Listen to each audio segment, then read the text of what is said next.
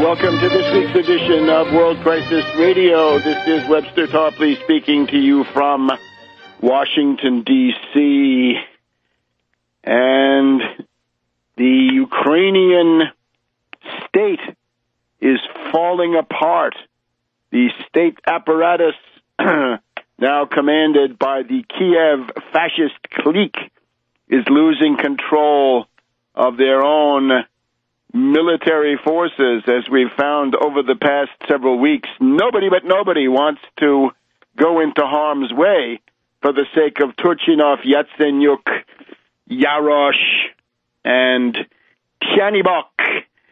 And the latest proof we have is the occupation now since Sunday. Pro-Russian forces, starting on April 6th, pro-Russian forces have seized control of government buildings, first in Kharkov, then in the nearby cities of Donetsk and in Lugansk. And there's some action going on in Nikolaev, I think it's called. The Kharkov group has been ejected, but the Donetsk one is fortified, I think, more substantially. At a certain point, somebody there in Kiev, some member of the Kiev fascist clique, be it Turchinov or Yatsenyuk, gave the order to attack, and that was specifically the Alpha group of the Ukrainian special forces that were told to attack the people in Lugansk and Donetsk. This is now in the last 24 hours, and we're speaking to you on the afternoon of Friday, the 11th of April. The order was to the Alpha group of special forces, attack the occupied buildings, and now the Alpha group has mutinied. The Alpha group is no longer reliable. Ukraine's elite Alpha group reportedly refused to obey an order to besiege the protester-held buildings, and at the apparently some kind of a meeting held in Donetsk, one of the commanders of the Alpha group said that his unit is designed to rescue hostages and fight terrorism and will not act in violation of the law. And that's after the seizure of the building in Kharkov. Remember, in Kharkov, about 50 to 60 of the occupiers, pro-Russians, demanding a referendum, or at the very least, total local autonomy. On Thursday, a police lieutenant colonel gave a press conference saying that he and other local officers had been deceived by the Kiev authorities. The Kiev fascist clique told these police officers that they were going to go into the building in Kharkov and take it back from dangerous armed bandits. But in effect, no, it was a political demonstration in favor of a referendum leading towards autonomy at the least, independence more likely. And this guy, Chuikov, not Marshal Chuikov, but Andrei Chuikov, said that he will no longer obey criminal orders from the Kiev fascist clique. He resigns from office, saying that he would be fired anyway after talking to the newspapers. So this week, it's been Donetsk, Kharkov, Lugansk, some action also in Odessa, and in, as I said, Nikolaev. Now, perhaps as a result of this, we're hearing conciliatory noises from the lying fascist mouth of Yatsenyuk, the IMF butcher, right? The guy who does it all with green eye. He commits genocide with green eye shades and calculators. So the Kiev fascist clique is in big trouble. And what Yatsenyuk is saying is, we're open to all kinds of autonomy and federalism and so forth. Unfortunately, it's a bit late for this now, and it's also impossible to believe it when it comes from a group of desperados, adventurers, fascists, anti-Semites, racists, and God knows what else. The scum of the earth. Hey, Ukraine, couldn't you do better than this gang of scum? Well, there it is. So we're not lifting a finger for these characters. Let's make it clear. The American people are anti-fascist, were anti-fascist, never allied with fascism until after 1945, the government did. But the population was always anti-fascist in the 20s, 30s, and 40s, never made a treaty with fascism, never recommended appeasing fascism. So the demands from these Ukrainian fascist adventurers, I urge, should fall on deaf ears. Now, we also have NATO publishing their pictures, right? The NATO characters have been making a big brouhaha in the last several days that allegedly Russia is once again massing troops on the land border of the Russian Federation to Ukraine. And today, they tried to imitate Adlai Stevenson that I talked about in previous weeks. Remember, Adlai Stevenson came into that session of the UN Security Council in October 1962 and said, look, here are the missile launchers in Cuba. Well, this time it's satellite imagery made available by NATO to the world press in the past 24 hours, and it turns out that they faked it. It's another big lie, another stunt by NATO, but they're also getting caught. Oh, my heavens. How embarrassing. The pictures that NATO shows are from 2013. They're more than 4 months old, in other words. So they refer to a situation which is not the current one, and their demand is deeply rooted in the current situation. Now, we'll talk about Ukraine constantly during the broadcast today. One of the lessons of all this is don't take any cookies from Victoria Nuland.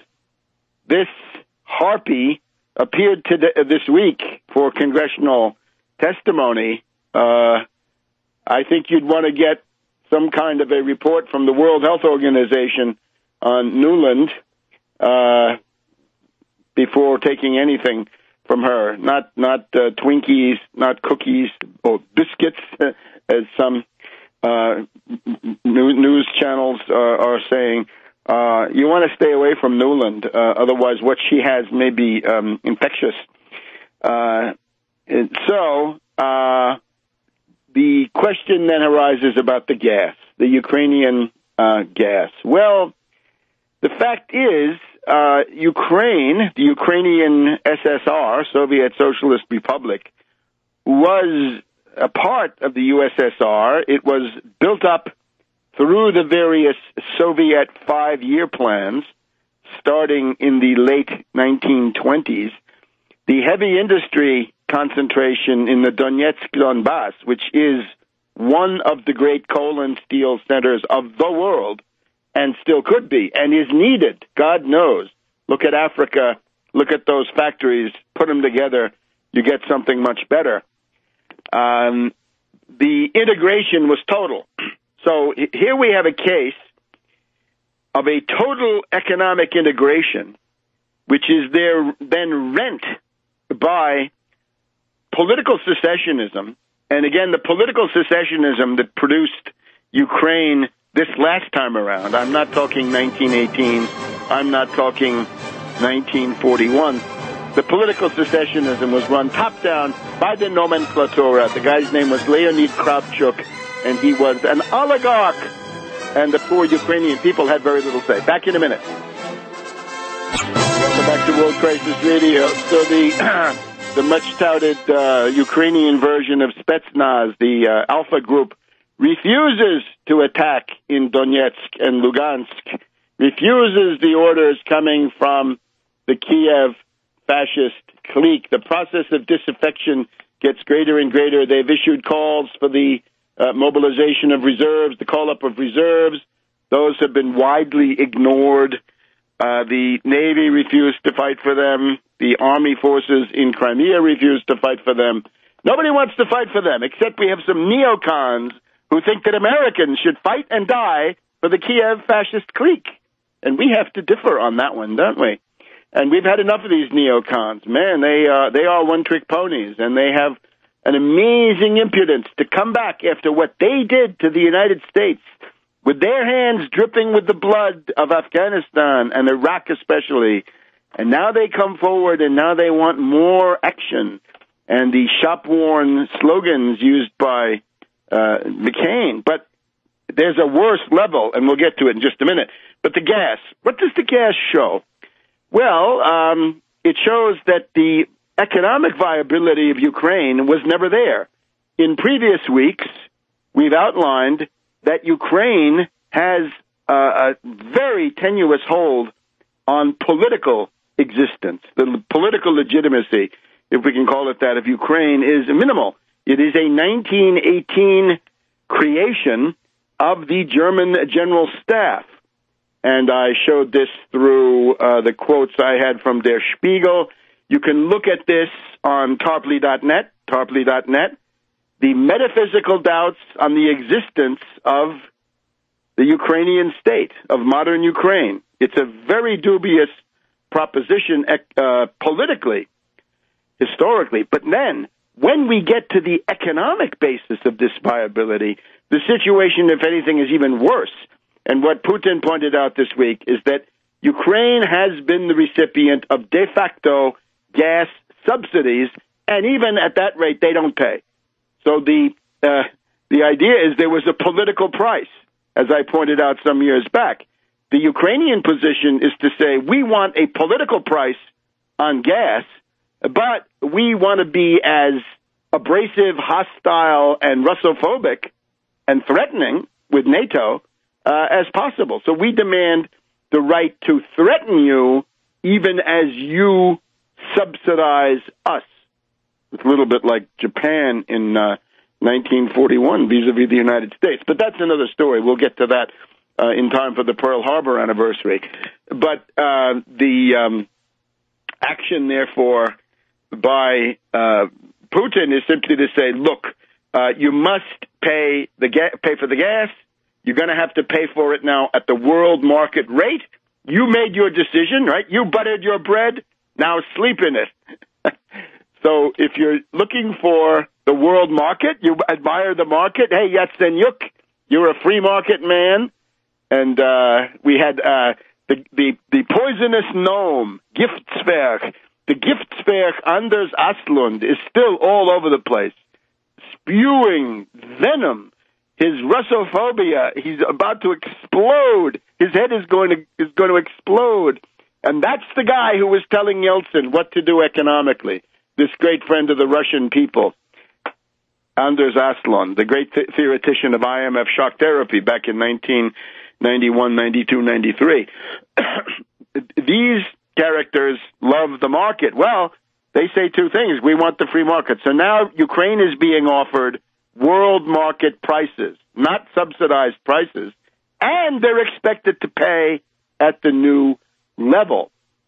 And then, of course, on the inside, we've got the working out of the IMF program of genocidal austerity. We're just having the IMF spring meeting here in Washington. We've got Madame Lagarde, I guess it is, Lagarde, pardon my French, but Madame Lagarde is holding press conferences and so forth. A lot of tergiversation going on there. But the idea is that the IMF wants killer austerity, and the way that's going to work is a gradual increase, we're told. It's going to be a 4-year tourniquet, and it's going to be an increase of 40% in the gas price inside the country in the first year. 40% in the first year, 40% in the second year, and then it gets easy. Then it's 20% in the third year and 20% in the fourth year. And that adds up to 120%. But notice, this is compound interest, right? This is a more than 120% cut. at the end of the day, right? Compounding works going up. The magic of compounding on the way down looks pretty bad. So that's going to be the gas story. So Putin essentially says, pay the world market price and pay. And since you're a deadbeat, pay up front. And I think he's also bringing home to the feckless Europeans, the Euro losers, what can we call them, who have allowed themselves to be dragged into this insanity. Merkel, what a pathetic performance. The entire economy depends on good relations with Russia, and this dumb lady, right, this absolutely impossible frump, allows Germany to be drawn in, sucked in to this destabilization of Ukraine. Nothing but losses, right? She is just hopeless, incompetent, as I hope some of these smokestack barons in the Ruhr have figured out, right? The Schlotbarone, they have to figure out that Merkel is simply impossible. I mean, she's pulled back now, but look at the costs that have already been generated. Now, in the case of Merkel, she's responding to pressure. Helmut Schmidt, I had this out on Twitter last week already, but let's stress it again here. Helmut Schmidt gave an interview. Helmut Schmidt being, of course, the former chancellor of Germany in the 70s and 80s. Key guy. He's the closest thing to an elder statesman that we have in Germany. He's actually one of the few elder statesmen we have anywhere in the world, and from time to time there is some wisdom to be found here. And Helmut Schmidt said, what Putin did was perfectly understandable, and that essentially the Western policy makes no sense. So there's somebody who's been through the mill and can tell you something about the way the world actually works. Now, Merkel, after that, very quickly began with no more sanctions, enough with the sanctions, and so forth. So I think Merkel has been bopped on the bean by some of the smokestack barons and the bankers and so forth, and told to cool it, right? Back off, Merkel, or you'll be back in East Germany before you know it. We'll be back in a minute on World Crisis Radio. Welcome back to World Crisis Radio. Webster Tarpley here in Washington, D.C. Keep up with everything at Tarpley.net, Tarpley.net, including major article only available, worldwide exclusive, Tarpley.net. Metaphysical doubts on the existence of Ukraine, a 1918 creation of the German General Staff. What is Ukraine worth? Well, 1 million tons of grain, 400 million eggs, 50,000 pounds of beef, hemp, manganese, and so forth at that time, right? And so this is the economic basis. And I'm told now by a very important historian that I hope to get on the program, if not this week, then next week, that Fritz Fischer, the German historian who is known for his book on Germany's grab for world power. This I disagree with, but he's got another book called the German War Aims in World War I. And, of course, he gives ample space to the German war aim being the creation of Ukraine. It was the detaching of Ukraine from the Russian Empire, and then using it as this cornucopia of grain and food. There's also the case that this area that is being fought over now, Donetsk, in 1918, when this bread peace, the food peace of February 1918 was being signed between the brand new Kiev Rada puppet state and the German General Staff, Berlin, the Germans looked and they said, I see the Ukraine border does not include Donetsk. Why don't we give you Donetsk, and then we Germans will be able to loot the coal as well as other products because we'll make Donetsk a part of Ukraine. And that's what it goes back to. How about that? So at least one of these cities, the one that's in the focus of attention right now, was added to Ukraine by planners from the German General Staff. So what we're seeing with this gas question and with this economic question in general is that Ukraine is, by and large, not viable as an economic entity separate from Russia after, what was it, 80 years, 70 years at least, of joint, totally integrated development based on the Russian-Soviet 5-year plans, the Petraeus. All of that was integrating the Ukrainian economy into the larger Russian-Soviet economy. And then along comes Kravchuk, and he says, well, for me and my oligarchs to stay in power, we're going to play the Ukrainian nationalist card. And lo and behold, as Putin says, people woke up on the morning of January 1st, or whatever it was, between 91 and 92, in a new country that they hadn't heard anything about, because it was not prepared. There was not a mass movement. There was not a big idea of having, some mass liberation front demanding this stuff. So it's not viable. And on the German side, the business leaders are perfectly aware, at least they are. Maybe Merkel has she has a kind of a vague, shimmering understanding of this, that the German-Russian economic integration is also now very, very close and simply does not allow economic warfare to be brought in. So we had a German business leader this week saying, look, we are absolutely not thinking about getting fracking gas from the Marcellus Shale of Pennsylvania and getting it across the Atlantic Ocean. No, we're glad to be close to the Russian gas fields because that's a factor of safety for us. Unfortunately, you've got these Ukrainian lunatics in between, right? And that's why the U.S. has built them up. $5 billion, as Nuland said, over the last decade or two to build up this fascist movement in Ukraine. And this morning on NPR, right, National Pentagon Radio, the Diane Rehm Show weekly review, all of these yammering scribblers were pretty much in agreement. Germany is the single biggest obstacle. Oh, we wish those Germans would be more aggressive. Now, this gets us to a simple calculation. The U.S. is pursuing what here? They're using the Kiev fascist clique as a group of provocateurs for various reasons, and it cuts against Russia, of course, but it also cuts against Europe.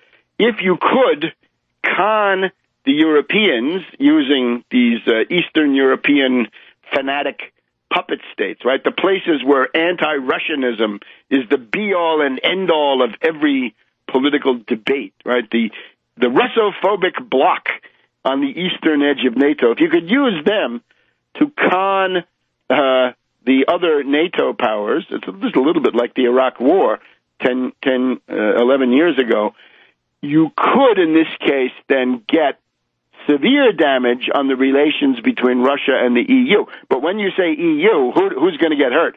Germany gets hurt the most. Italy gets hurt the second most. And then France, much, much less. The British, they think not at all, although, watch out, the commodity flows are not that great, but the financial flows are perhaps even bigger. It's essentially a U.S. con job designed to damage Europe. Remember, the whole U.S. policy since the days of Christine Romer is export the depression to Europe, wreck the euro to save the dollar and to some extent the pound. But export depression to Europe, the greater the chaos in Europe, that's maybe the only way to make the U.S. look good in comparison. Now, this theme, since I've mentioned it, it reminds us of this old debate, which I think it acquires a certain relevance here, and we're not looking for dogmatic solutions, but simply noting that this was all debated, right? We've gone through, I think, what Marx had to say about this. Marx and Engels thought that that the large historical countries, and they included Ireland and Poland after a little bit of back and forth, and above all, they wanted Germany, I guess, to be united. But they were contemptuous of places like the Czechs, the Slovaks, the Slovenes, the Serbs, Croatians, and others.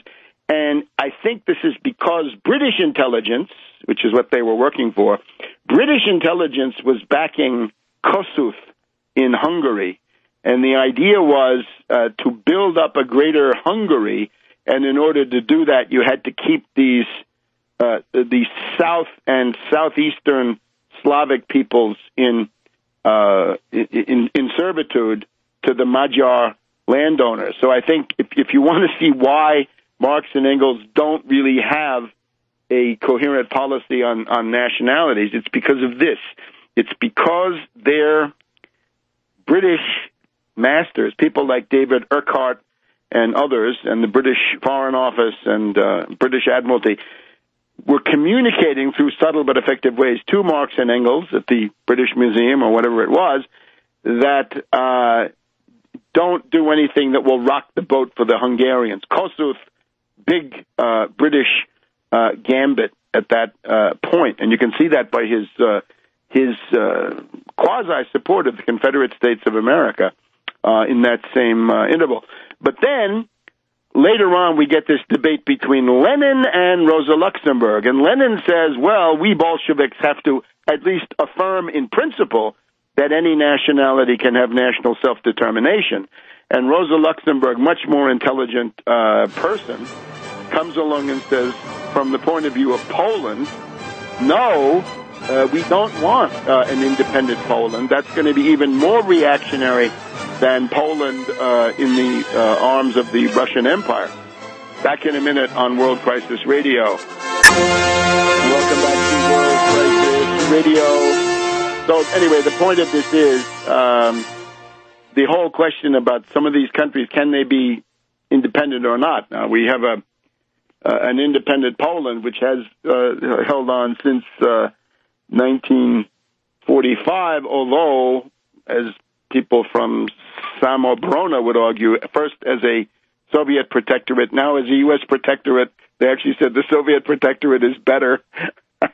But the question then of Ukraine would be this.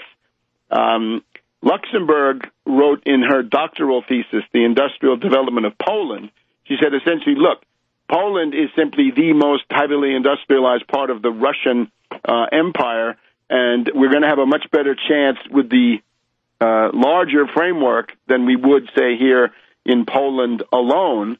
And in any case, the economic integration is so thorough that an independent Poland would have tremendous problems. Now, part of this has to do with what she was thinking of as the likely confines of Poland, right? The Poland that emerged in the 1920s may be somewhat bigger than what she thought, and therefore somewhat more viable. But I think what we've got today is an example of this. In other words, what Luxemburg says in her thesis, The Industrial Development of Poland, I think it does apply to Ukraine today, that it is simply economically not feasible to have this as a separate country unless you're in a very close customs union, say, with Moscow and, of course, with Minsk, Smolensk, with Belarus. So that is the problem that emerges. And Helmut Schmidt is right. What Russia did was completely understandable. And we even have Steven Seagal, the American actor, who says pretty much the same thing. Now, in terms of how do you respond to this? Fracking is a dead end. Fracking, according to some things that I've been looking at, doesn't last that long. You essentially you bet your chips, place your bet on fracking.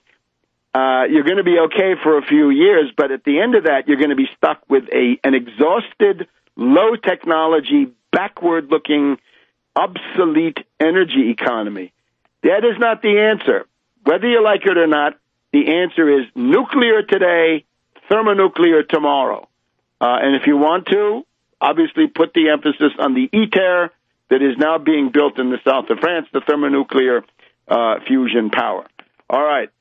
Now, let us look for a second at what's going on with Syria, because here we have some extremely interesting things. The neocon and other fascists. Remember, we have neocons, and then we have the humanitarian interventionists, right, who operate under left cover.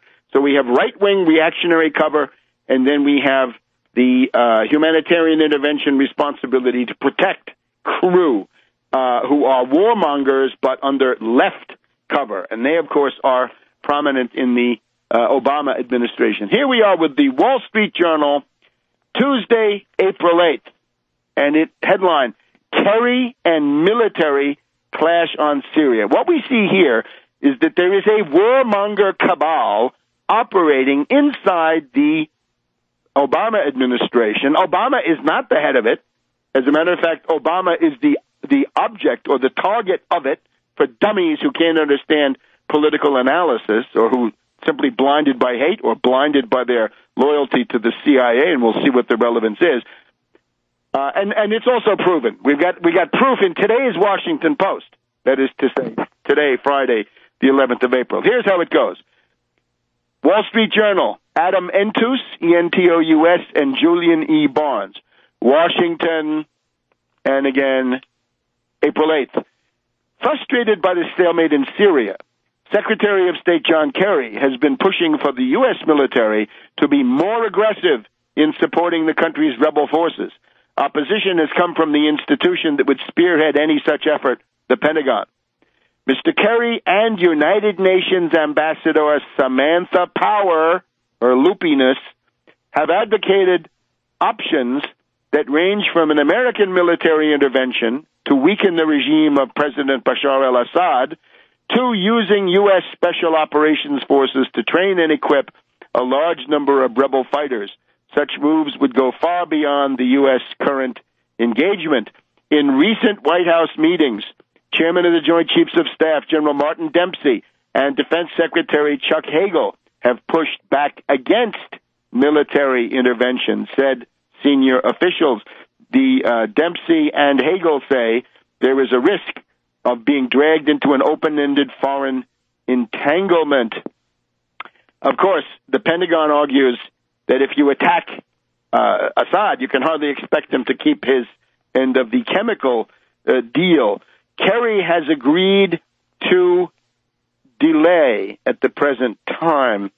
Not clear where Obama stands. But the top national security advisors to Obama currently propose the training of death squads, terrorist rebels, as the consensus recommendations. And, of course, Obama, we already had last week that Obama got an earful when he went to Saudi Arabia. And out of that, the most important thing was they were going to transfer 5 man pads, 5 shoulder-held missiles with some kind of security safeguards, which I don't think would be effective, and give those to the terrorists. And again, once the first Israeli airliner comes down, Obama, that's the end of you. So get that straight. So here's the cabal. Kerry and Power have told current and former officials that the only way to turn the momentum of the war and restart diplomacy would be to put some sort of military intervention on the table.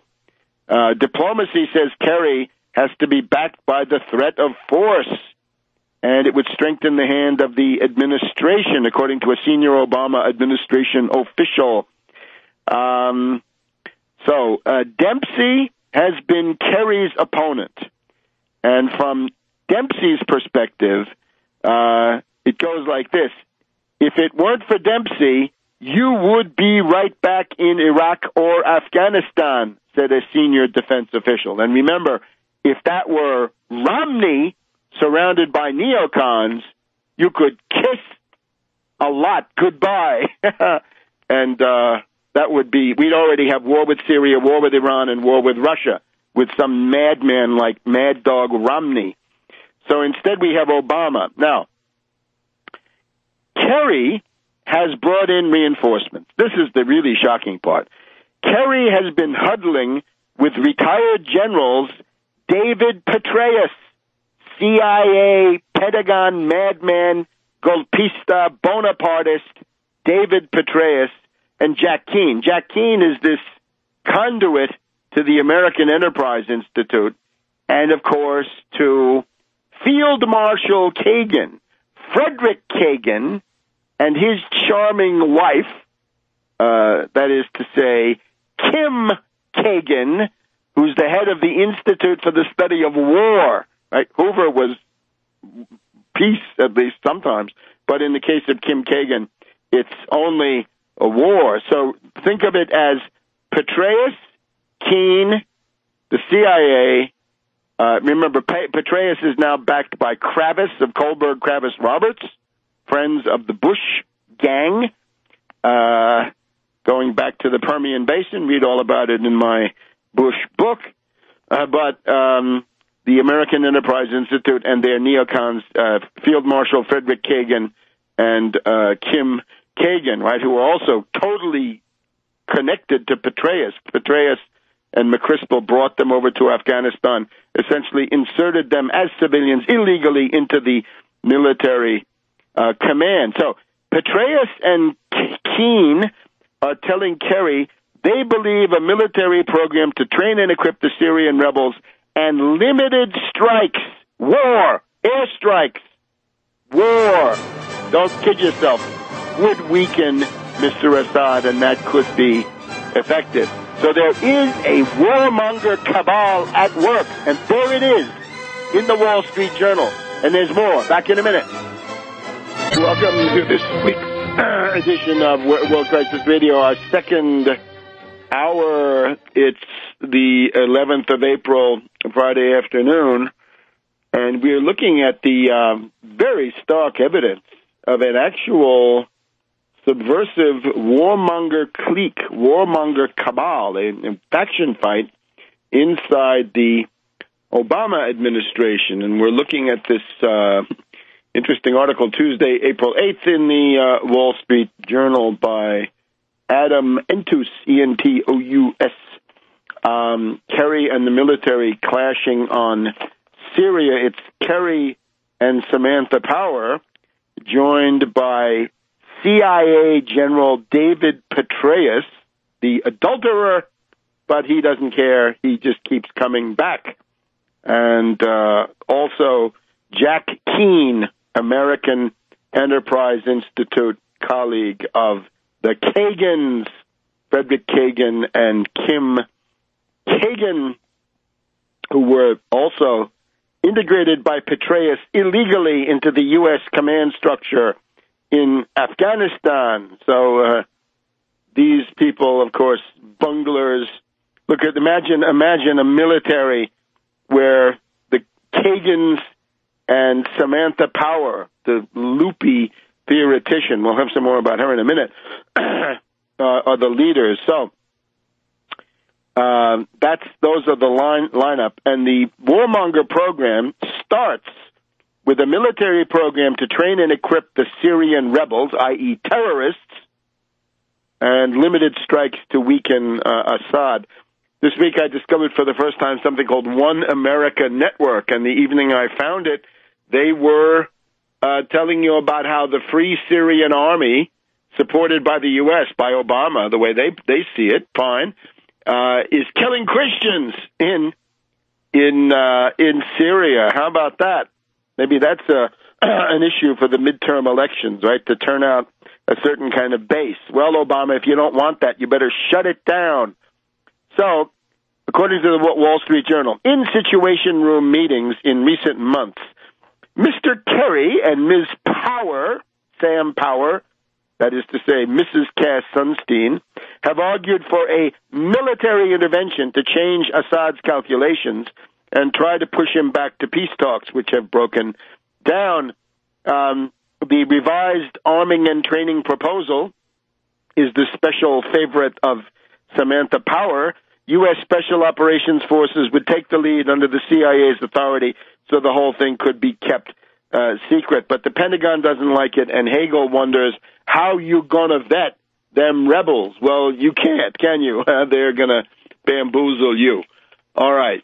So that, if we put that together with the Washington Post stuff about the 5 man pads going to the terrorists, that's worrisome. And Obama, you better back off, Obama, because, again, the first Israeli airliner or airliner from some other Western-backed or Western country, your name is going to be mud, and the Democratic Party is going to be finish.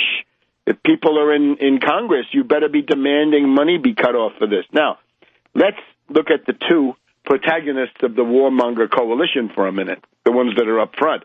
Kerry.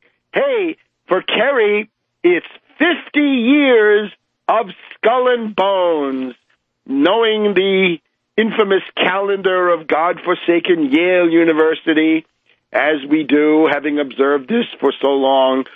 Tap Day. Tap Day is around now.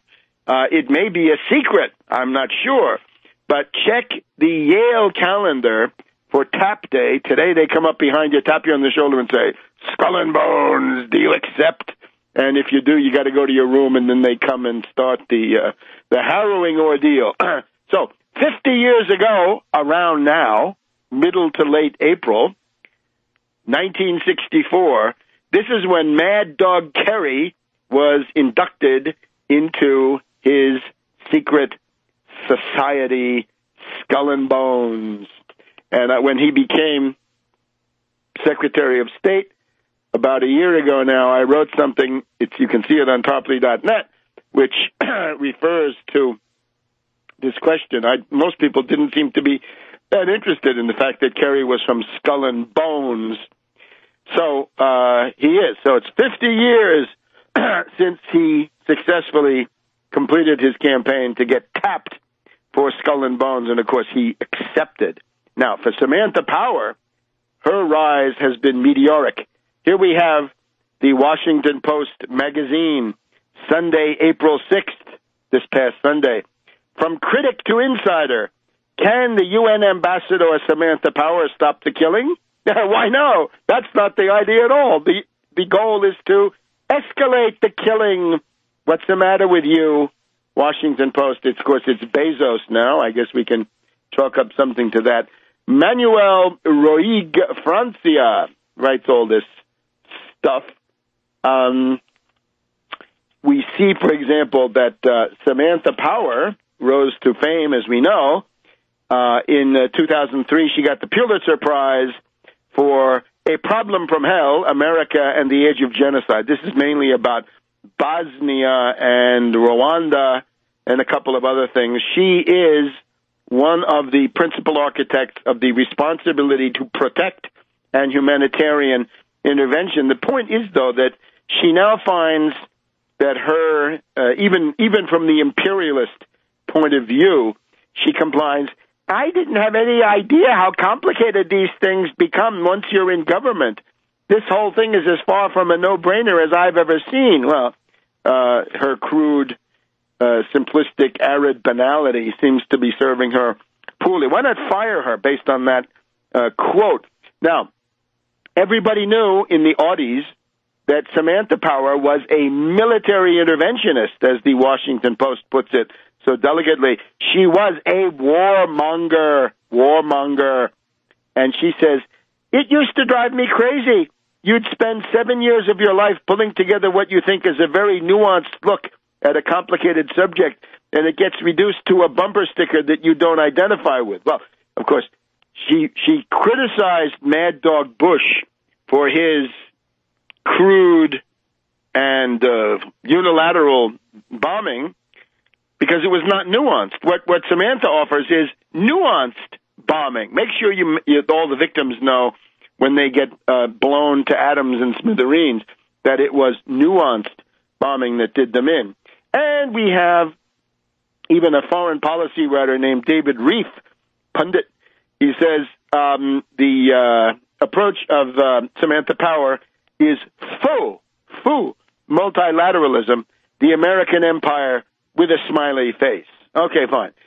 Now, she's a protege of Richard Holbrooke, the Wall Street predator who became a big guy in the State Department. She has married Cass Sunstein in Ireland in 2008, and Holbrooke allowed her to get back into the Obama campaign because, remember, during the primaries, Samantha Power had said Hillary Clinton is a monster, and then she joined the Victoria Nuland Club, or what can we call it, the F-bomb Club. In that same interview, you can find it. Look up F-bomb Samantha Power, and you'll see that that's what she was saying about the primaries and about the monster Hillary Clinton. So Nuland and Power, two prominent warmongers, share this vile, vulgar, uncultured, crude, decadent vocabulary of late imperialism. It's interesting. You look at these movies like Argo or something like this, right? And you see that all the officials are foul-mouthed in the extreme, and I suppose that's naturalistic realism. Back in a minute on World Crisis Radio. Welcome back to World Crisis Radio. So, the genocide chick, Samantha Power, her loopiness, made the cover of the Washington Post magazine. And we have to ask ourselves, what is Cass Sunstein doing to this poor woman? What's going on? Is this abuse? Take a look at that mug, and you'll ask yourself, is that ravaged look a matter of cosmetics, or does it reflect some activities? My heavens, is he tying her up? God knows. So it turns out that Samantha Power wears a bracelet which says fearlessness, and she twiddles this bracelet. So she thinks she's fearless as a representative of imperialism. Well, maybe this is a little bit like Abby Martin saying that she's acting on her conscience, and it just happens to be the State Department, Soros, U.S. imperialist, British imperialist, EU, NATO, OECD line. Boy, that takes a lot of pure courage. Fearlessness. I'm thinking about the Central European fascist slogan, Tod schreckt uns nicht. We're not afraid of death, or we're fearless. If you're not afraid of death, then you're not afraid of anything. Fearlessness. So this is, as usual, these eerie echoes of the Central European fascism of the 20s and 30s coming forward in these creatures of late imperialism. Now, her team were even shown this on a recent flight. Samantha Power was flying with Linda Thomas Greenfield, civil rights lawyer David Pressman, and Edgard Kagan, Kagan. My heavens, we've got to look him up. We can't seem to find whether he's part of the Robert Kagan, Donald Kagan, the Frederick Kagan, this distinguished family, and of course the paterfamilias is a professor of classics at Yale, yet another Kagan. So we've got Edgard Kagan, Edgar with a D, Kagan, like Edgar Varese, but Edgard Kagan. And she's got her tame journalist Michelle Kellerman of National Public Radio. So this is a little bit, it's maybe not Mein Kampf, but it's Mein Kampfchen, as told by Samantha Power. And she is a militarist, and that seems to bother her, the genocide chick. She says the worst thing in her family was to be boring. Well, you're boring because you are a one-trick pony. All right, but now, having characterized these figures, let's look at what I think actually shows us the verification of the Wall Street Journal story. And this is now getting very close to the heart of the matter. Yesterday's Washington Post, Thursday, April 10th. We have an article by David H. Petraeus, by the golpista himself, right, the coup artist, the architect of Benghazi, the guy who was trying to put Romney into the White House, right? That's what it was. The October surprise in September, courtesy of General Petraeus. He was out seeing Argo that night. How interesting. But he was the guy who had the command authority over the CIA assets in Tripoli and at the CIA annex, who were told not to intervene. And we've never seen Petraeus grilled in front of any of those Republican committees. As far as I know, he was never grilled. He should be grilled. Remember, we wanted grilled Petraeus and grilled Ham. Those are the two people that controlled the military assets that were relevant to Benghazi. But now, the article tells us a bunch of, well, it says that David H. Petraeus and his friend Vance Serchuk is an adjunct fellow at the Center for a New American Security. Petraeus, of course, former director of the CIA, former commander of the U.S. Central Command, and the leading focus of Bonapartism, that is to say military takeover in the United States at this time. It's called The Day After an Iran Deal. And essentially the main part of this article is why there should not be a deal with Iran. Amazing stuff. Excuse me. And the pollen now, we have the cherry blossoms going here, and the pollen in general is quite acute. So look, Petraeus and his sidekick Serchuk, the day after an Iran deal, why this is bad. Essentially the thesis is there should not be a deal with Iran. And the problem, he says, is, why? If you make a deal with Iran, then you're going to have to lift the majority of your sanctions, and Iran will resume normal trade with the world's major economies, and that will take away our leverage. And remember, he says, Iran is the leading state sponsor of terrorism. Well, the competition is intense, isn't it? A lot of it coming from the U.S. and the British and the French. Don't forget them. So they don't like Iran. But here's the idea. The outcome of a deal with Iran would be, it's more plausible that removing sanctions would strengthen Tehran's ability to project malign influence, evil influence, in its near abroad, including Syria, Lebanon, Iraq, and the Arabian Peninsula and the Palestinian territories. And that would make Iran a better resourced and more dangerous adversary. So this is not good, says Petraeus. What you've got to do is find ways to perpetuate conflict, or as they put it, to lay the groundwork for mitigating the evil, bad, the spin-offs of a peace. So the first thing is really, he has double talk. I won't read all his double talk. It's regime change. If you're going to do that, you better have regime change.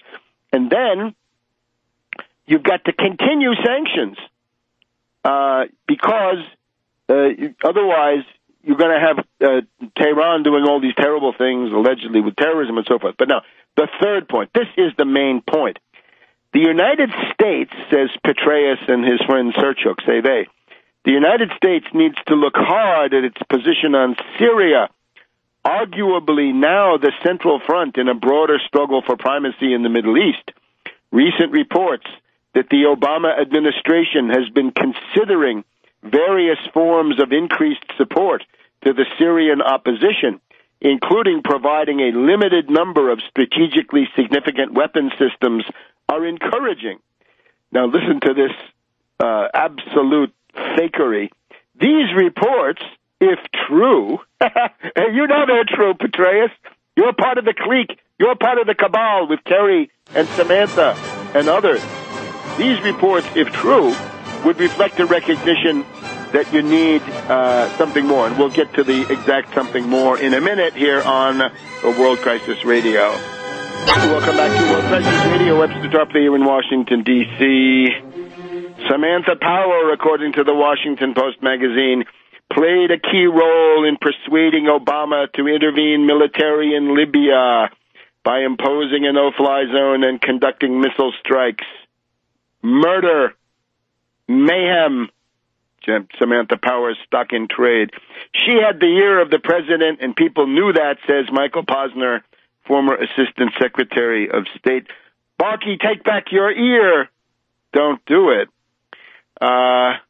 So this warmonger harpy, Samantha Power, is pushing for the attack on Syria now. Look how well it turned out in Libya. Everything's hunky-dory in Libya. Human rights guaranteed. So now we have Petraeus in Thursday, April 10th, Washington Post, with fausse naivete, writing that it looks like Obama is considering forms of increased support to the death squads in Syria, including a limited number of strategically significant weapon systems.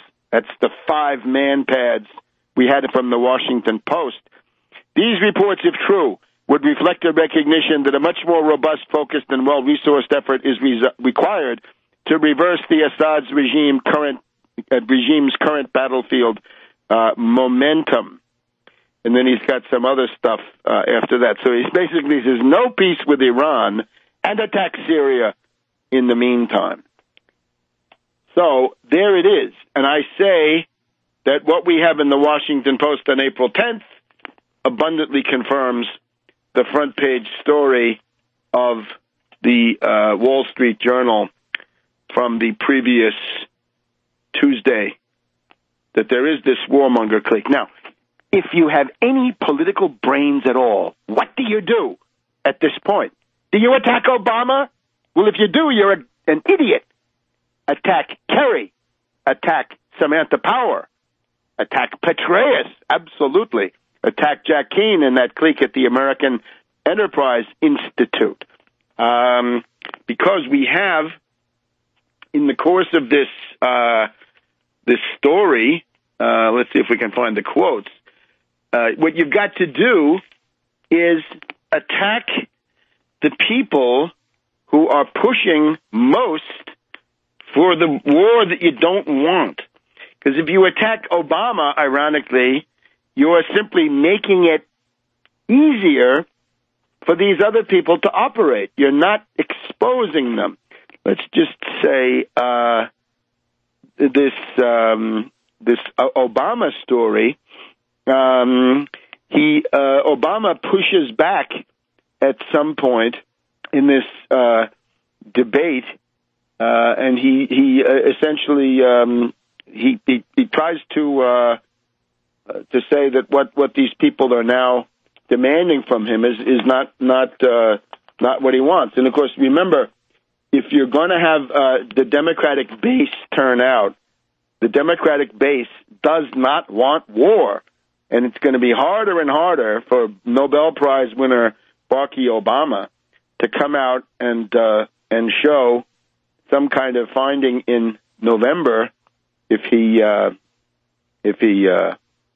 starts a war now. Right? So Obama, all kinds of reasons not to do it. But when you see any website that focuses on demonizing Obama rather than providing analysis of what's actually happening before your eyes, that is reprehensible. It's reprehensible to the point of, yeah, stupidity, I get it, but then who's on the CIA payroll?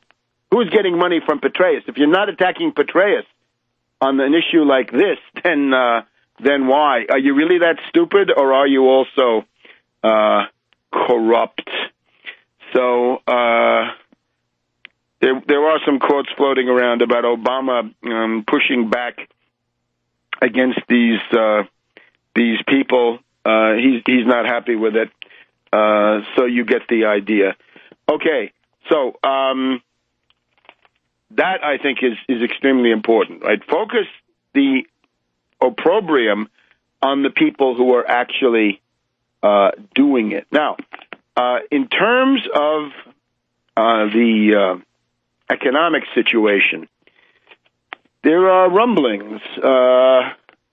There are these constant reports of a slowdown in China. I don't know what to make of all that. But principally, we have the Greeks coming back to the bond market. Somehow, that Greece is borrowing more and can borrow more is a sign of success? Oh, I'm sorry, that can't be a success. We have Merkel today in Athens, and of course, this is now the viceroy, I guess, of the IMF, Merkel, meeting Samaras, the local satrap, and celebrating the fact that Greece has now gone back to the bond markets and has been able to sell some bonds at interest rates which I'm sure were drugged to make them look good, some limited amount. And an interesting byproduct of this, the kiss of death comes to Samaras from Merkel. Merkel being the most hated person, and I think anybody would have to have contempt for this bungling, dumb woman. But fine, she's the kiss of death for Samaras. And what we've discovered is Alexis Tsipras, our favorite candidate for Prime Minister of Greece, our favorite candidate for President of the European Commission, and our favorite candidate in general with his lists in the European Parliament elections, which are now, about 6 to 7 weeks away, around the 22nd, 23rd, 24th, 25th of May, depending on the country you're in. So we're told now, I think it's Schäuble, says there's going to be another bailout for Greece. They're going to have another round of loans and another round of austerity. Well, as Tsipras points out, what's the story? He got an interview on France 24, and he even got mentioned by RT, who up to now, I don't think RT has ever recognized the existence of Tsipras, at least in recent months. Maybe I haven't seen it all. But on France 24, it says, look, the debt burden of Greece, under the 4 years of austerity, the debt burden of Greece has gone from 125% of GDP to 175% of GDP. So that's gotten rather worse. The unemployment rate is now about 28%, and the gross domestic product has gone down by 1/3. So what do we need? And Tsipras says two things.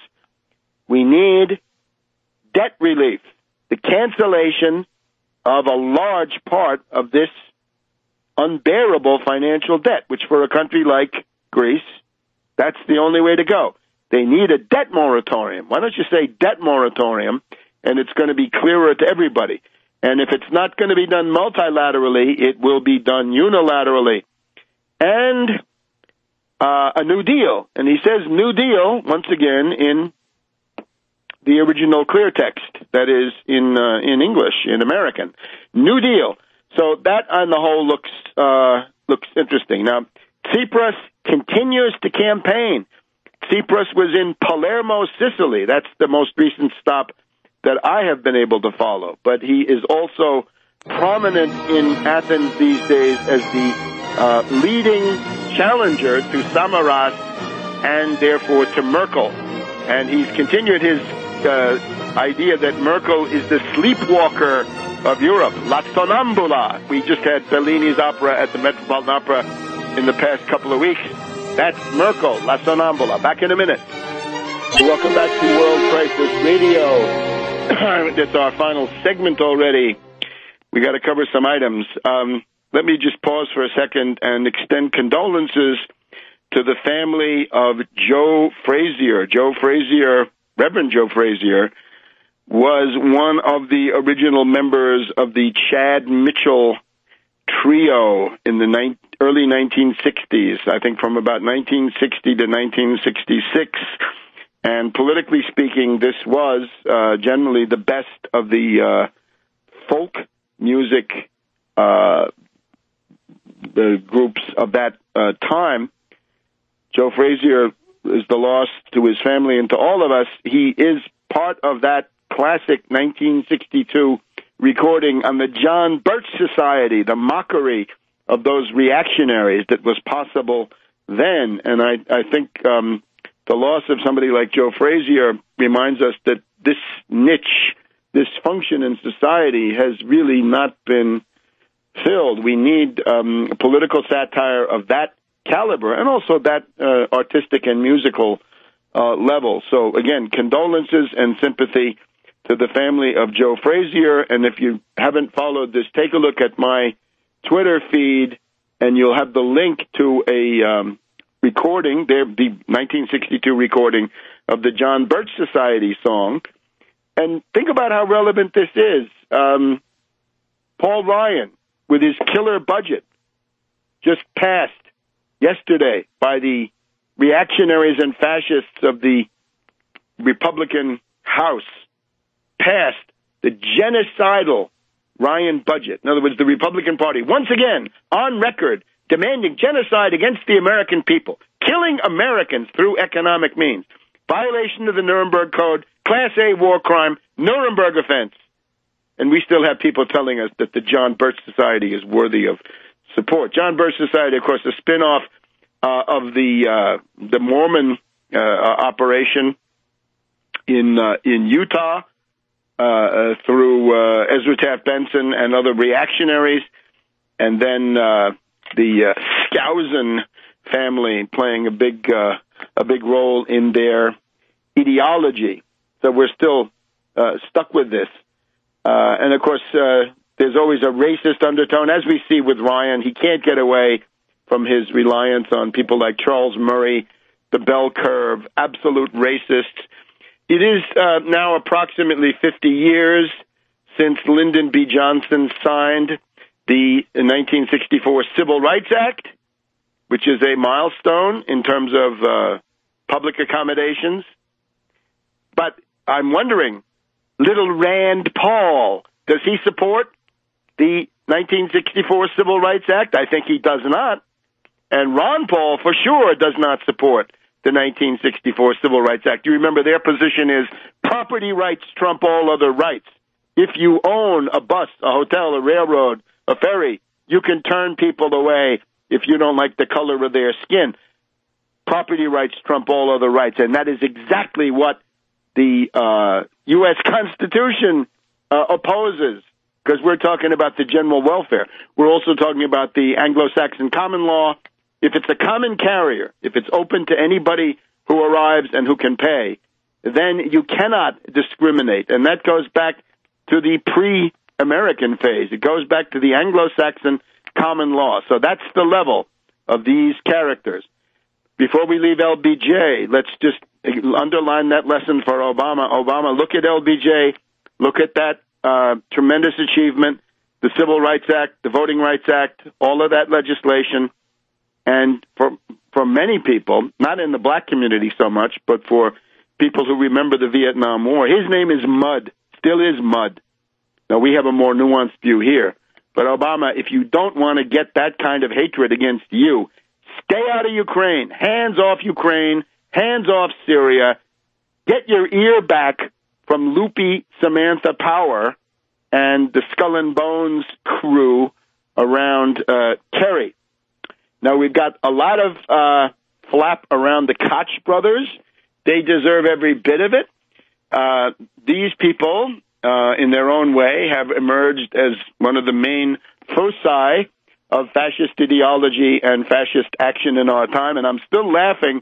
One of the Koch brothers wrote to the Wall Street Journal last week complaining about character assassination against him and how unfair it is. And he's verklempt. But, of course, they are spending hundreds of millions of dollars on attack ads, meaning character assassination. So you live by slander, you're going to perish by slander, too, and vilification and all the rest. Now, speaking of some of these interesting things, Lois Lerner is now public enemy number one. I think she's getting more negative attention than anybody since Ethel Rosenberg. But please, Republicans, Lois Lerner is public enemy number one. I would say Koch, Petraeus, Kerry. These are possible public enemies number one. Newland, have a vote around them. Lois Lerner, this is simply a joke. And remember, the whole issue there is targeting means you didn't get your tax exemption on time. So fascist billionaires didn't get their tax exemption, so they could carry out character assassination without paying taxes, and it didn't come fast enough. So that's the great brouhaha around that, right? That's the outrage of Lois Lerner. So sorry, we're not going to get upset about that. On the Republican front, more and more talk about Jeb Bush. Beware, Jeb Bush. As I pointed out at the time, the scandals against Christie are, of course, most welcome. They remove one monster from the scene, but at the same time, we have to be aware, and we were aware, that interests loyal to Jeb Bush were key in exploding this Christie scandal, the George Washington Bridgegate. You just have to look back, and you can do this best by looking at George H.W. Bush, the unauthorized biography, available through my website, tarpley.net.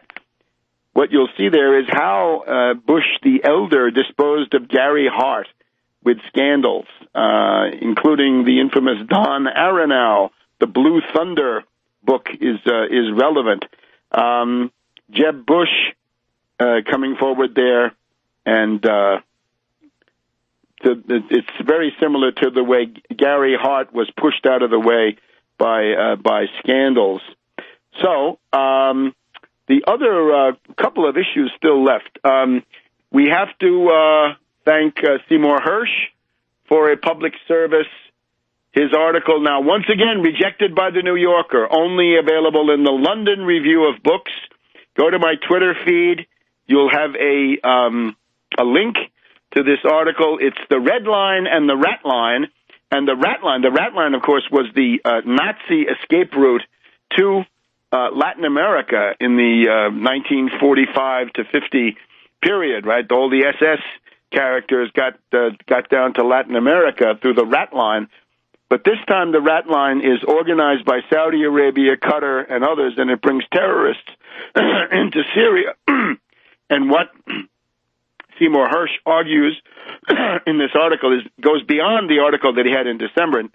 December article said Obama had no proof that Assad used chemical weapons, and indeed all the proof was stacked against this hypothesis. It all indicated that Assad had not unleashed the chemical weapons. Now, clear that it was done in order to provoke the U.S. into war, and that it was done with the help of Turkey, Erdogan. And that's actually where we have those. This article has the quotations from Obama of essentially expressing his hostility to the warmongers around him. So take a look at that article by Seymour Hersh, and you'll see Obama pushing back. So once again, the idea that Obama is the main center of criminal energy and aggressive force is simply not true. Therefore, focus on Kerry, Samantha Power, Newland, and above all, Petraeus. And we'll be back next week.